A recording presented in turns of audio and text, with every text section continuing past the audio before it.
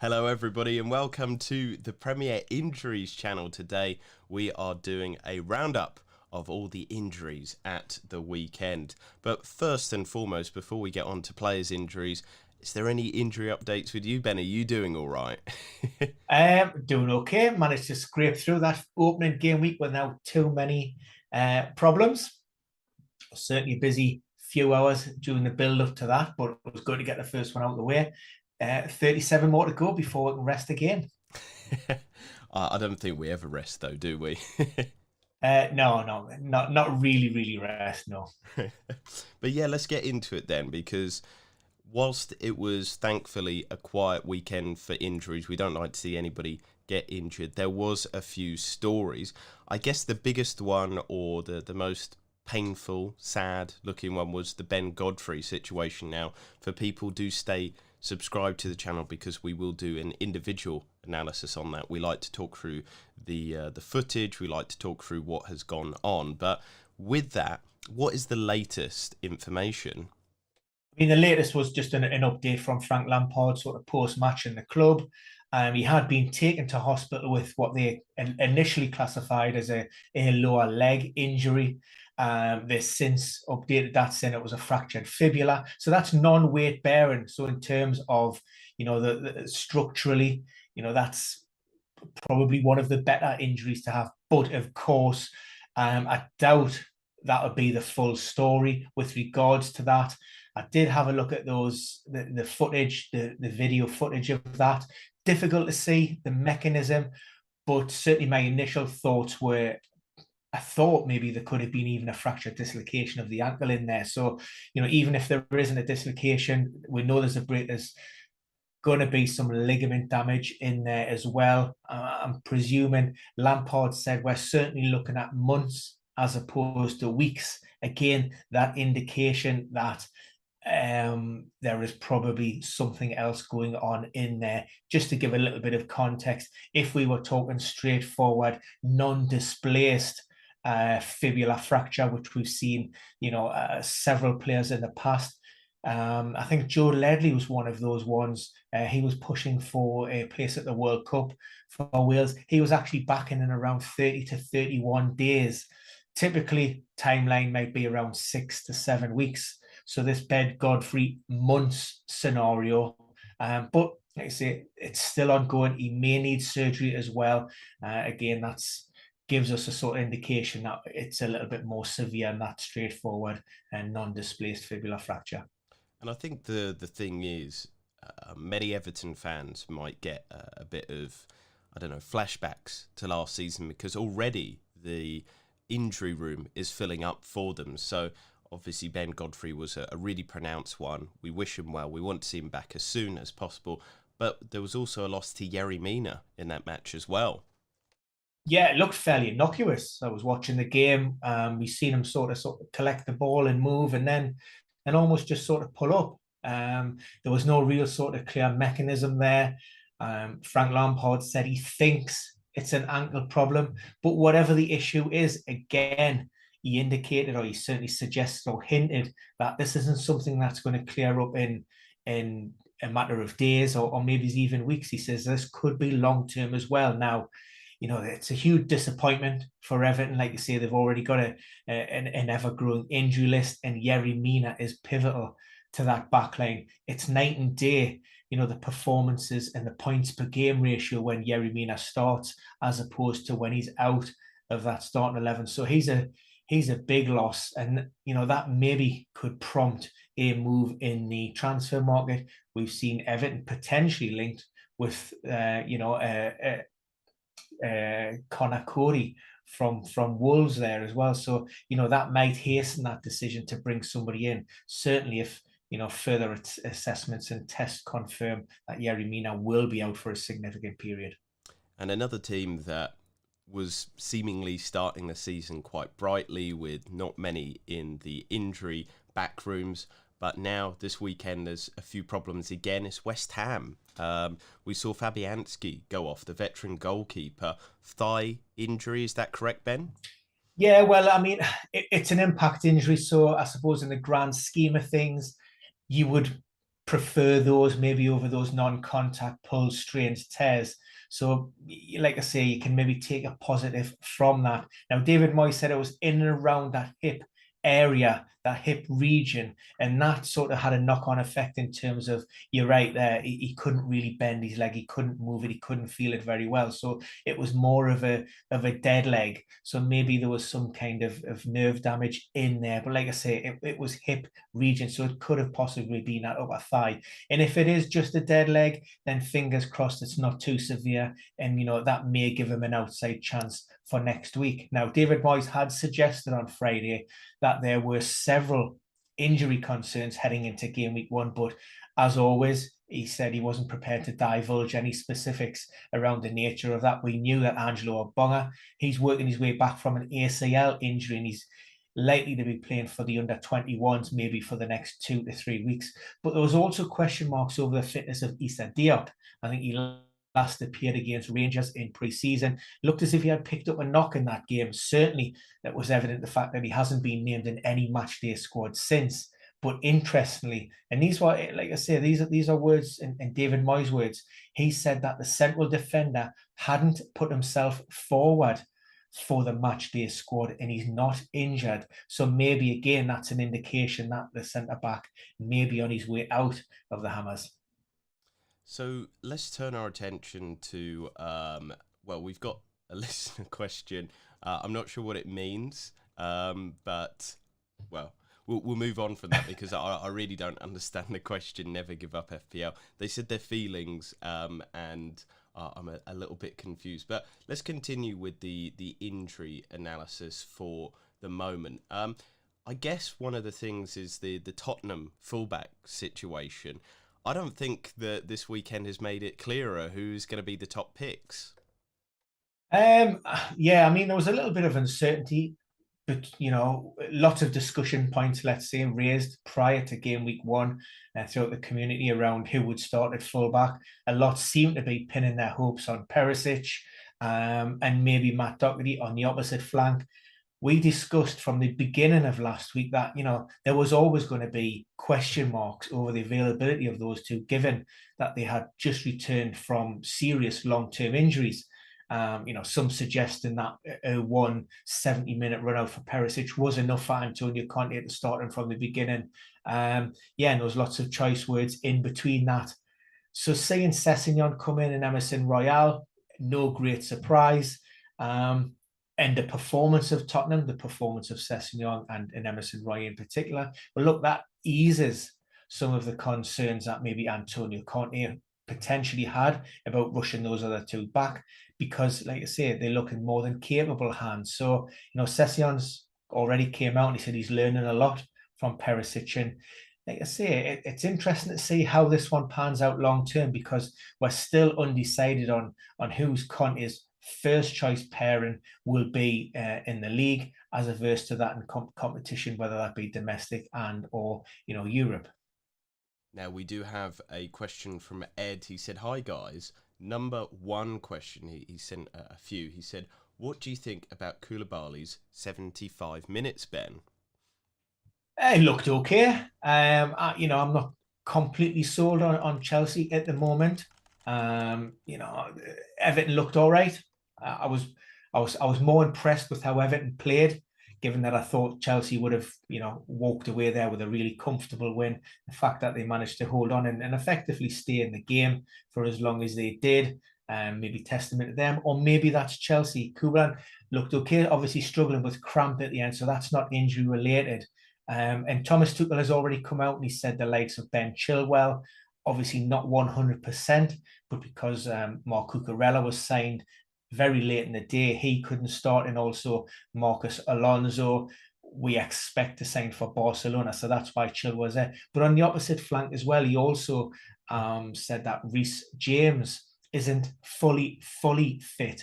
So that comes back down to this sharpness. We know he's a player that has suffered from injury problems in the past, so it needs to be measured. So all of those things into consideration, I would say that he had a very solid game, and the prospects for the future look good. So the next question from, actually before we move on to the next question from Edward, One of my questions to you, I guess, in terms of Koulibaly is, do you have worries over his age coming to the Premier League, and the fact that over the last couple of seasons he's had a downturn in his data? Or do you look at the likes of maybe Thiago Silva, you think he's that good that it doesn't really matter about age or coming over from the Serie A, which is a much slower league, less physically demanding? Yeah, look, I mean, what I would say when clubs, and when it comes to recruitment and bringing players in, these clubs do a lot of due diligence. They will look at the makeup of the squad. They will have discussions with regards to Thomas Tuchel on how he wants to set up, interpret his football and philosophies, the type of characteristics that he looks from a player. And Kubala has ticked a lot of boxes. So in that respect, you're going to hope that he comes in, hits the ground running, and he is able to perform consistently at a high level. But as with any move, any player coming into a new environment, a new league, there are absolutely no guarantees of that. How many times have we seen it before? Players can come in and absolutely bang and set the Premier League alight, while others can just fall and wither away. Different pressures, different teams, different demands, different physicalities. Lots of things to consider in and around that. Like I say, what we can take and what we know from now, he had a solid start, to his Chelsea career. And for Thomas Tuchel and for Chelsea supporters, they will hope that can continue. So the next question from Edward is number 2, Thiago Silva's legs. It feels to Edward that with all these problems in game week 2, we will see James, Ruben Loftus-Cheek, Chalobah, Azpilicueta, Cucurella, and Spurs will humiliate them. And he wanted to let you know that he is a Chelsea fan. Yeah, I mean, so absolutely no bias there. I mean, are we saying Thiago Silva at 37 isn't able to play back-to-back games? Possibly, if those games are in quick succession, 3 games in a week. Yeah, look, if you want to perform optimally, wholeheartedly agree. But we're talking about, a full week of rest. We're talking about a player who is played at the highest level. He knows how to manage his body. He knows how to get himself right and prepared for that next upcoming fixture. So for me, there isn't a question that Thiago Silva will not be in the right frame of mind, and he won't be right physically for that game. Obviously, the decision will then come down to Thomas Tuchel on how he wants to set things up, and maybe after what's happening on the training pitches, who he wants to put into that Chelsea backline. Okay, so the question that didn't make sense a little bit earlier has now been rectified by Never Give Up FPL. His question was about his own feelings. He said in game week 1, he didn't have a very good game week 1. So are his feelings repairable? Is it muscle fatigue related, or is this something that you can conquer? I mean, look, we always talk about never underestimate the psychological impact of a setback, of an injury. Look, what I would always say is, you can't change what's happened in the past, but you can address, or you can work on how you react to that. It's 1 game week. If you've done your due diligence, if you've done your research, if you've done your homework, and you got your team ready for game week 1, this minor bump in the road, this minor setback, don't take it too, close to heart. This opening weekend is full of anomalies. The Liverpool result at Fulham. Some may even say the Manchester United result at Old Trafford. We wouldn't. So these can happen. It's about, like I say, how you respond and how you react to that. And hopefully, like I say, you've got to trust in the process. Trust in the process, indeed. Let's move our attention then. I guess, is there any other headliners you want to address? Because I thought Wolves were quite an interesting situation. The Matinho kind of situation was it a bit of a shock? I don't think people had really heard about his injury before. They hadn't, because it literally happened in the last training session. So that was an issue. I think that was ankle issue. I'm just double checking that one. Yeah, it sort of had a bit of a shot. Bruno Lage said it was with his left foot. Never shoots with his left foot. And twisted it. So by twisting it out, presuming, we're reading between the lines, there's a little bit of maybe an ankle sprain or strain in there. Still being assessed. It was still fairly fresh when Bruno Lage spoke on Saturday, so he doesn't know how that's going to respond to treatment over the first maybe 48 to 72 hours. Certainly not ruled out of game week 2 as it currently stands. And I think with the Wolves situation, they've now lost Jimenez, Matinho, that I'm really worried for them. They lost at the weekend now. That's one win in their last 9 games. They've got relegation kind of level outputs. This is quite concerning, isn't it? Especially with the fact that they've been quite slow with transfers. I mean, looking at the other injuries that they have in the side as well, are you a bit concerned too, Ben? Well, I mean, I'm not concerned because I couldn't really give a damn about Wolves in that respect. Not a team that I particularly like. I'm a Newcastle supporter, if anybody's watching or listening and didn't really know that. But obviously, I think behind the scenes, there are worries because we'll have, and I'll double check the name and the pronunciation, we have Gonçalo Guedes, the centre forward from Valencia, allegedly or apparently flying over for his medical today. That's a deal reported to be worth in the region of around about 27 to 28 million. So Wolves have moved quick, on the back of that opening day performance to maybe bring somebody in who can add that little bit of cutting edge. Of course, we've got Raul Jimenez on the sidelines. That's an MCL problem, knee, and also an adductor issue. Now, it isn't thought to be long-term or too severe, but we still haven't seen anything like those pre-injury levels. Prior to that collision with David Luiz, that fractured skull that put him on the sidelines for several months. So that is a worry. And with Fabio Silva out on loan, then it's an area of the squad that certainly needs to be bolstered. We've got a good question from Slav Cho. He's asked, hello, do you think a big guy like Haaland can play 70, 80 minutes each week?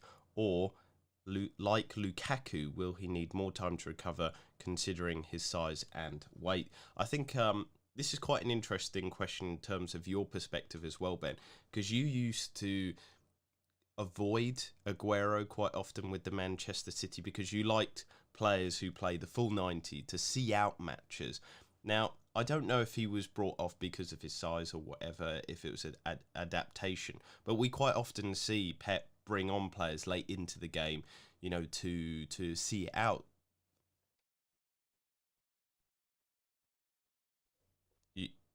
I've lost you there, Jason. Oh, sorry.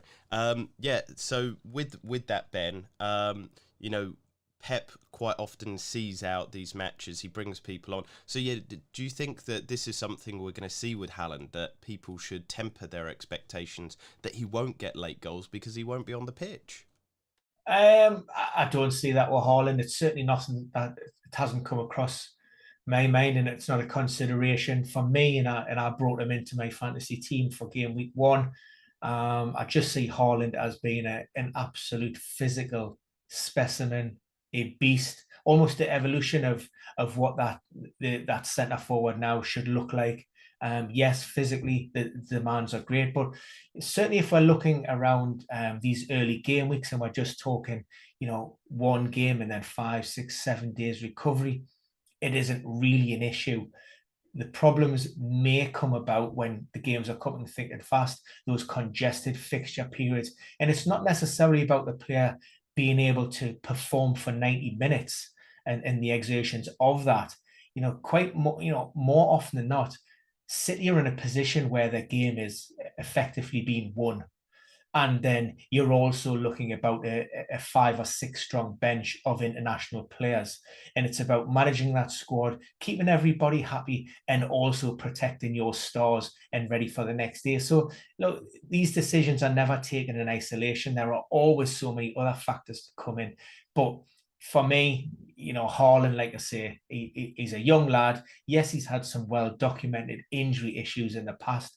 But if Pep needs him out on the pitch to deliver, I'm sure he's going to leave him out there. Physically, I don't think there's any real sort of questions around that. It may be more just around, again, managing that squad and keeping everybody happy. And I think as well with the situation, maybe comparing it. So with Savcho's question, Lukaku was almost the lone striker at Chelsea or other clubs at times, whereas Manchester City do have that squad depth. They have Alvarez as a striking backup, but we've seen all through last season they played a number of midfielders as a false nine. You know, the difference probably with Haaland now is I think he's much less of a risk than previously, because Manchester City aren't going to risk him unnecessarily. They have that ability to kind of rotate him in and out. But yeah, is there any other kind of headliners that you want to bring attention to, Ben, before we kind of wrap up anytime soon? Yeah, Thiago Alcantara limped off with an apparent left hamstring injury there. We released a video early in the summer with Tal Brown from Zone 7. We spoke about, the recruitment of the backroom staff in Liverpool and how they're working behind the scenes to, try and mitigate the risk of injury. Now, unfortunately, Liverpool top the injury table, as it were, with what would be the most players currently sidelined. And Thiago, this seems to be like the latest in a long line of injuries that keep on sort of setting them back. And again, Jurgen Klopp said this one looks fairly serious. That comes off the back of the Alex Oxlade-Chamberlain very serious hamstring problem, and also the Diego Jota hamstring injury that he picked up for Portugal, but then subsequently suffered a recurrence or a re-injury in training. And like I say, it's a bit of a worry. That midfield area is becoming a little bit stretched. Curtis Jones is also sidelined with a calf problem. And, I suppose the point of my story is it doesn't necessarily matter how much you invest in time and resource and money and technology and AI, to try and sort of prevent these injuries. Sometimes they just happen. And like I say, Liverpool now have 8 players currently sidelined, and that is a worry, given that they've got off to a disappointing start with a point at Fulham, because they want to be pushing on again for all four on 4 fronts again, and you don't really see Manchester City slipping up too many times this season with Erling Haaland leading that front line. Yeah, it'll be an interesting one to keep an eye on those developments there at Liverpool. Let's turn our attention, though, to Leicester. I mean, the big sad news is Pereira, another injury. We did have some questions, I think, a bit preemptive, maybe, I think, almost a little bit offensive to Pereira, saying, oh, it's another one. Is his career over now? But there are serious questions now, Ben, over his ability to kind of carry on, because that's going to be another 6 months out, another long time out of the team. Yeah, and of course, I mean, we always talk about these return to play timelines. We go back to his pre-ACL rupture, return to play timeline, 9 months. Did he return? I think it was January 2020, give or take.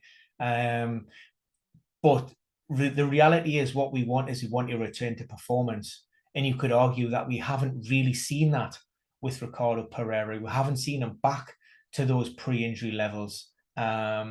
He's really struggled, and he's had several sort of minor setbacks, muscular problems as well since returning from that ACL rupture. And now this latest setback again. We're talking maybe 6 or 7 months on the sidelines, but there are no guarantees that he's going to be able to return back to those same pre-injury level performances. It's difficult. It's a worry. It's a long road ahead. It's a very serious injury. If you look at recent times, I mean, the 2 Chelsea guys are the 2 that sort of spring to mind, and the 2 Crystal Palace. You have Ruben Loftus-Cheek and Callum Hudson-Odoi. Callum Hudson-Odoi is a player that even, last summer was still talking about that Achilles problem, despite that happening. What was it? Was that 2 years ago? Maybe, if I've got that right. Eze is a player that you could maybe look to. I think it was Nathan Ferguson and Eze ruptured their Achilles, both in training, both within days apart.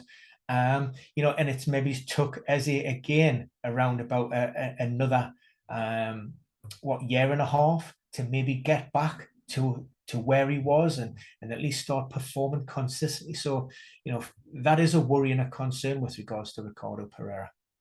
What about his teammate Harvey Barnes? What's the latest on that situation? This was a slight concern when it happened. It was initially played down by Brendan Rodgers. He said he had spoke to Harvey Barnes and he said it was fine and the medical team were fine. But Harvey Barnes actually stated that. He said, I was on the pitch, I took a bit of a knock and the knee felt unstable. And that's why he was replaced against Seville. Now, that issue there, that could be, a multitude of different things. But with regards to a potential return to play time, we're looking at around about 2 to 3 weeks. Ideally, Leicester will want him back on the pitches before the end of the month. But like I say, there's no guarantees with that at this moment in time. We've got a question from Magic69 who said, are sub appearances and training enough to get Perisic and Doherty fully fit? If so, in what timeline? There'll be a lot going on behind the scenes, both in terms of maybe behind closed doors games and non-competitive friendlies. So that will help. The odd cameo as well. What you'd like to see is from a 10 to 15 minute cameo to then gradually being integrated in earlier in maybe a 30 to 40 minute cameo. But look, there's so many factors involved in and around that. If Ryan Sessegnon keeps on performing, maybe as he did in that first game, and Tottenham keep on winning, it doesn't make any difference if Perisic is, 100% fit. Then I don't see Antonio Conte changing things up too much. And then also you have to factor in that we just haven't seen Ryan Sessegnon consistently, stay fully fit. So, there are no guarantees with that as well. Suffice to say, Perisic will be utilised this season. Is he a player that I'd be sort of willing to invest in and take a chance on at this moment in time? Certainly not, because while all four fullbacks are fit, I can see Antonio Conte, flip-flopping between all of them and interchanging them, like I say, around niggles, fitness, rotation, and fixtures. Cedric Levy has moved the discussion onto Callum Hudson-Odoi. He said, could scar tissue be a cause of concern? Not really. That's something that would have been worked on throughout his rehab and in his recovery.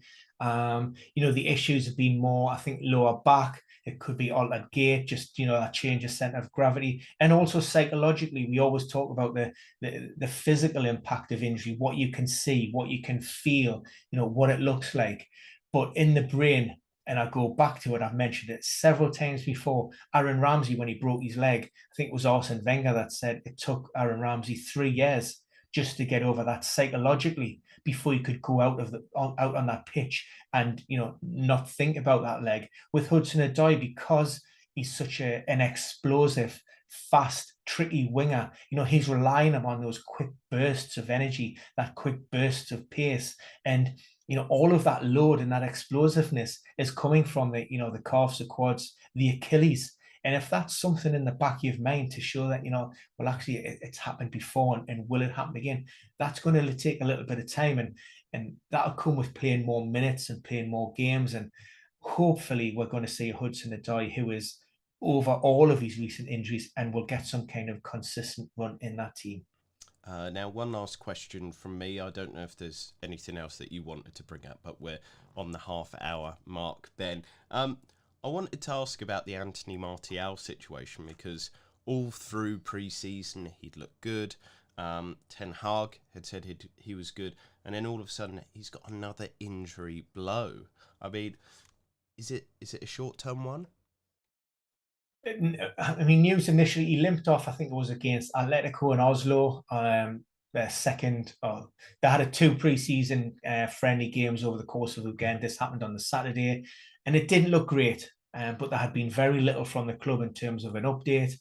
So news broke on the Thursday that Anthony Martial was certainly out of game week 1. Now, when Ten Hag was asked about this 24 hours later as part of his press conference, he said it was a minor issue. But again, it depends on how that hamstring responds to treatment. We've got a full 6-7 days before that next game, and it will depend upon his progress during this early phase of the week. As we know, high recurrence, high re-injury rates, something that you don't necessarily want to be taking any chances with.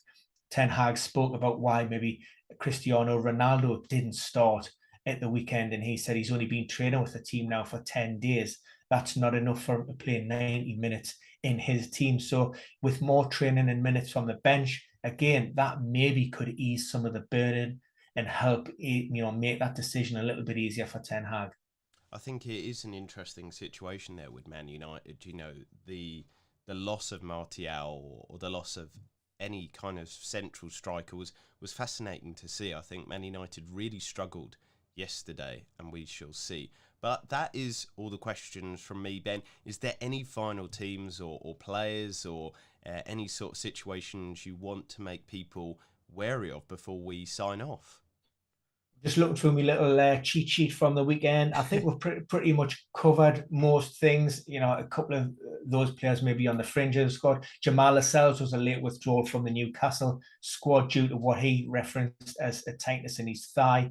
Couldn't run. Emil Kraft was also out of that starting 11, or the match day squad because of a hamstring issue. Craig Dawson missing from the West Ham squad. Again, that's a thigh problem as well. We're unsure as to what kind of timeline, but suffice to say, David Moyes is a little bit stretched in the heart of that Hammers defensive course, with Niall Agard also sidelined for having undergone ankle surgery. We've got one last question from Cedric. He's got under the fence here. We shall let it in because I think this is quite an interesting one as well. How much of hamstring injuries, Niggles, could be down to lower back issues? It's potential. I mean, one of the biggest risk factors in terms of soft tissue and muscular problems is fatigue. So we tend to see quite a few hamstring problems and muscular issues at the start of the season. Unfortunately, we don't have enough evidence or understanding or kind of any definitive diagnosis as to the specifics or what sort of percentage of those are caused by that.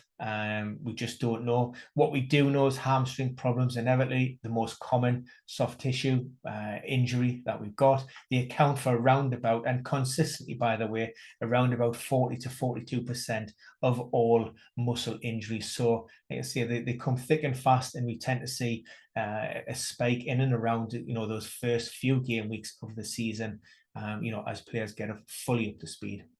That was a really good question, Cedric. We love that. We love answering your questions, and we are here all through the week to do that as well. So make sure to stay subscribed. Share the video with friends, with family, whoever interacts with FPL, with the Premier League, betting, whatever. We are always here to offer unbiased, no misinformation. We're here to just answer the questions accurately and with science. But for now, we're going to wish you the best of luck. We hope your week starts really, really well. We've enjoyed the start to our week chatting to you all, and we will see you